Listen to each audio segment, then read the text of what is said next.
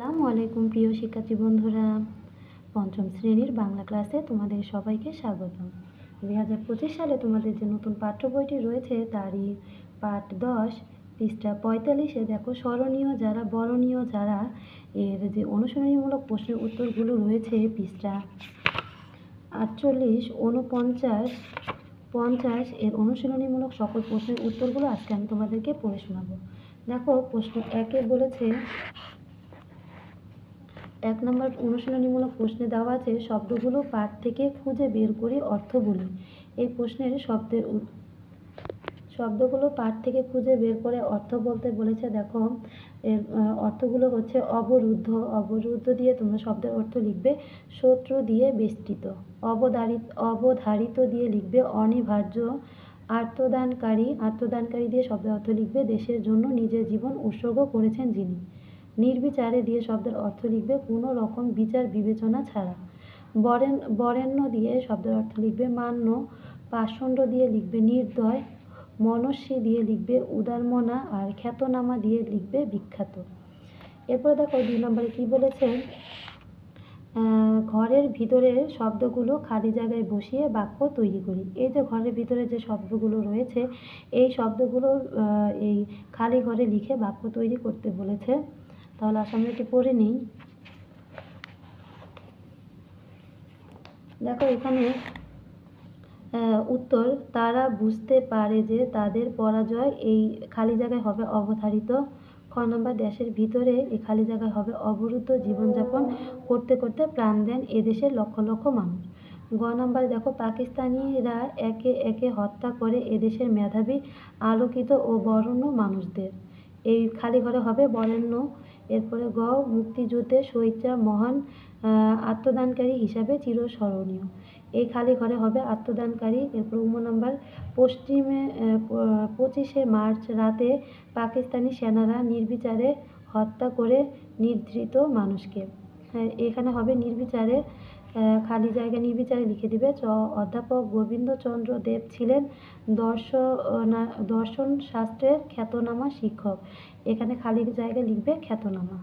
এরপর দেখো 3 নম্বরে বলেছে, 3 নম্বর প্রশ্নের উত্তরে বলেছে নিচের প্রশ্নগুলোর উত্তর বলি ও লিখি। এই যে তোমাদের যে 7টি প্রশ্ন দেওয়া আছে এই 7টি প্রশ্নের উত্তর এখন আমি তোমাদেরকে পড়ে শোনাবো। তাহলে আসো প্রশ্নের উত্তরগুলো পড়ে নিই।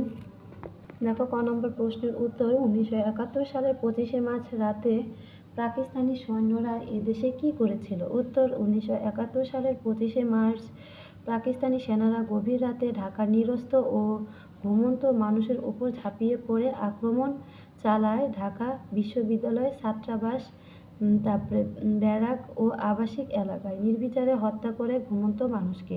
সেই সঙ্গে হত্যা করতে থাকে এদেশের মেধাবী আলোকিত ও বরেণ্য ব্যক্তিদের। এই রাতেই হত্যা করা হয় ঢাকা বিশ্ববিদ্যালয়ের শিক্ষক এম মনিরুজ্জামান, অধ্যাপক জ্যোতির্ময় গৃহঠাকুরতা ডক্টর গোবিন্দচন্দ্র দেবকে। 1971 সালের 25শে মার্চ রাতে পাকিস্তানি সেনারা এদেশের মুক্তিকামী সংবাদপত্র অফিসগুলো পুড়িয়ে দেয়। তারা লেখক সাংবাদিক শহীদ সাবের ও কবি সাংবাদিক মেহেরুন্নেসাকে হত্যা করে। খ নম্বর প্রশ্নের উত্তরে বলেছে কোন শহীদ বুদ্ধিজীবী প্রথম পাকিস্তানি গণপরিষদে বাংলা ভাষাকে রাষ্ট্রভাষা করার দাবি জানান তার সম্পর্কে বলি ও লিখি। উত্তর, শহীদ বুদ্ধিজীবী ধীরেন্দ্রনাথ দত্ত প্রথম পাকিস্তান গণপরিষদে বাংলা ভাষাকে রাষ্ট্রভাষা করার দাবি জানান। তিনি ছিলেন প্রখ্যাত রাজনীতিবিদ ও আইনজীবী। 1948 সালে পাকিস্তান গণপরিষদে তিনি প্রথম বাংলা ভাষাকে রাষ্ট্রভাষা করার দাবি তুলেছিলেন। 1971 সালে পাকিস্তানি শত্রু সেনারা 85 বছর বয়সে এই ব্যক্তিকে কুমিল্লার বাড়ি থেকে ধরে নিয়ে গিয়ে হত্যা করে ধীরেন্দ্রনাথ দত্ত বাঙালির গর্ব।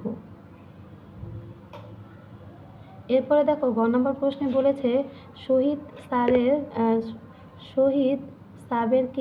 সাবের কে ছিলেন, তিনি কিভাবে শহীদ হন? উত্তর, শহীদ সাবের শহীদ সাবের ছিলেন প্রখ্যাত লেখক ও সাংবাদিক। 1971 সালের 25শে মার্চ পাকিস্তানি সেনারা এদেশে অন্যান্য প্রতিষ্ঠানের মতো সংবাদপত্র অফিসগুলোতেও আগুন দেয়। সেই রাতে শহীদ সাবের পত্রিকা অফিসেই ঘুমাচ্ছিলেন। ঘুমন্ত অবস্থায় তিনি আগুনে পুড়ে শহীদ হন। দেখেছ? এরপরে দেখো ঘ নম্বরে বলেছে রণদা প্রসাদ সাহাকে কেন দানবীর বলা হয়? উত্তর, রণদা প্রসাদ সাহা এদেশের সাধারণ মানুষের মঙ্গল ও কল্যাণের জন্য নিজেকে সঁপে দিয়েছিলেন। দানশীলতার জন্য লোকে তাকে ডাকত দানবীর বলে। রণদা প্রসাদ সাহা 1971 সালে পাকিস্তানি সেনাদের হাতে শহীদ হন। নাম্বার, দুজন শহীদ সাংবাদিকের নাম বলি। উত্তর, দুজন শহীদ সাংবাদিক হলেন শহীদ সাবের ও মেহেরুন্নেসা। 4 নম্বর প্রশ্নে বলেছে আমরা কেন চিরদিন শহীদ বুদ্ধিজীবীদের স্মরণ করব? উত্তর, বুদ্ধিজীবীরা জাতির বিবেক। তারা দেশের সবচেয়ে মেধাবী, বরেণ্য ও আলোকিত মানুষ। তারা দেশ ও দেশের মানুষের কল্যাণের জন্য তাদের জ্ঞান ও অভিজ্ঞতাকে কাজে লাগান। 1971 সালে মুক্তিযুদ্ধ চলাকালীন দীর্ঘ 9 মাস ধরে অন্যান্য বাঙালির সঙ্গে এসব বুদ্ধিজীবীকেও নির্মমভাবে হত্যা করা হয়। গোবিন্দচন্দ্র দেব, শহীদ সাবের, মুনীর চৌধুরী সহ অনেক বুদ্ধিজীবীকে পাকিস্তানি সেনারা হত্যা করে। তাদের আর্তনাদ আমরা কখনো ব্যর্থ হতে দেব না। এ কারণে আমরা চিরদিন শহীদ বুদ্ধিজীবীদের স্মরণ করব। 6 নম্বর প্রশ্নে বলেছে কোন দিনটিকে শহীদ বুদ্ধিজীবী দিবস হিসেবে পালন করা হয় কেন? উত্তর, 14ই ডিসেম্বর শহীদ বুদ্ধিজীবী দিবস হিসেবে পালন করা হয়। এই দিনটি পালন করার কারণ 1971 সালে মহান মুক্তিযুদ্ধ চলাকালে পাকিস্তানি সেনারা এদেশের মেধাবী, বরেণ্য ও আলোকিত মানুষদের হত্যা করার ষড়যন্ত্র করে।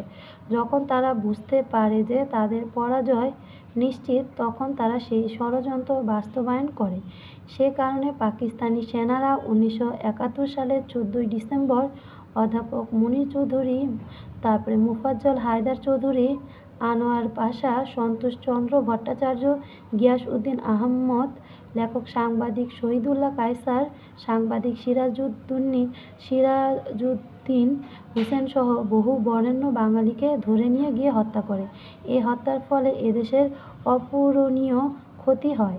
তাই এদের স্মরণে প্রতি বছর ডিসেম্বর মাসের 14 তারিখে শহীদ বুদ্ধিজীবী দিবস পালন করা হয়। এরপরে দেখো 4 নম্বরে বলেছে বাম পাশের বাক্যাংশের সাথে ডান পাশের ঠিক শব্দ মিলিয়ে পড়ি ও লিখি। এর উত্তরটি আমি তোমাদেরকে পড়ে শোনাচ্ছি। দেখো, এই যেখানে এলোমেলো করে দেওয়া আছে, তোমরা এভাবে উত্তরটি লিখবে। বরণ করার যোগ্য, বরেণ্য, মেধা আছে এমন যে জন, মেধাবী, অহংকার নেই যার, নিরহংকার, বিচার বিবেচনা ছাড়া যা নির্বিচার, কোনোভাবে পূরণ করা যায় না এমন, কোনো অপূরণীয়। এরপরে বলো, দেখো 5 নম্বর প্রশ্নে বলেছে সঠিক উত্তরটিতে টিক চিহ্ন দেই। এই যে ক নম্বর, কোন তারিখে পাকিস্তানি সেনারা ঢাকার নিরস্ত্র ঘুমন্ত মানুষের উপর ঝাঁপিয়ে পড়ে? এটার উত্তর হবে 2, 1971 সালের 25শে মার্চ। এখানে 2তে তোমরা টিক চিহ্ন দিয়ে দিবে। ক নম্বর বলেছে প্রতি বছর 14ই ডিসেম্বর পালন করা হয়।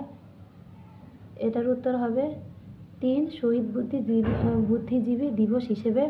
এরপর গ নম্বরে লিখেছে, দেখো, দেশ স্বাধীন হবার পর বুদ্ধিজীবীদের ক্ষত বিক্ষত লাশ পাওয়া যায়। এটার উত্তর হবে মিরপুর ও রায়ের বাজারের বধ্যভূমিতে। এভাবে তোমরা এই প্রশ্নের উত্তরগুলোর মধ্যে টিক চিহ্ন দিয়ে দিবে। এরপরে দেখো 6 নম্বর বলেছে বিপরীত শব্দ জেনে নেই, ফাঁকা ঘরে ঠিক শব্দ বসিয়ে বাক্য তৈরি করি। এই যে বিপরীত শব্দগুলো রয়েছে, এই বিপরীত শব্দগুলো আমাদের এই খালি জায়গায় বসাতে বলেছে। তাহলে এই প্রশ্নের উত্তরটি আমি তোমাদেরকে করে দিয়েছি। এখানে হবে ঘুমন্ত। এই ঘুমন্ত এখানে লিখবে, ঘুমন্ত অবস্থায় সংবাদ অফিসে শহীদ হন শহীদ সাবের। এরপর খ নম্বরে হবে দেশ স্বাধীন। এই স্বাধীনটা এখানে লিখে দিবে। স্বাধীন হবার পরে অনেক বুদ্ধিজীবীর লাশ পাওয়া যায়। গ নম্বরে বলেছে এদেশের কৃষক কি? সরল। এই যে এখানে সরল, দেখো, সরল জীবনযাপন করেন। এই যে এখান থেকে সরল নিয়ে তোমরা এই খালি জায়গায় লিখে দিবে।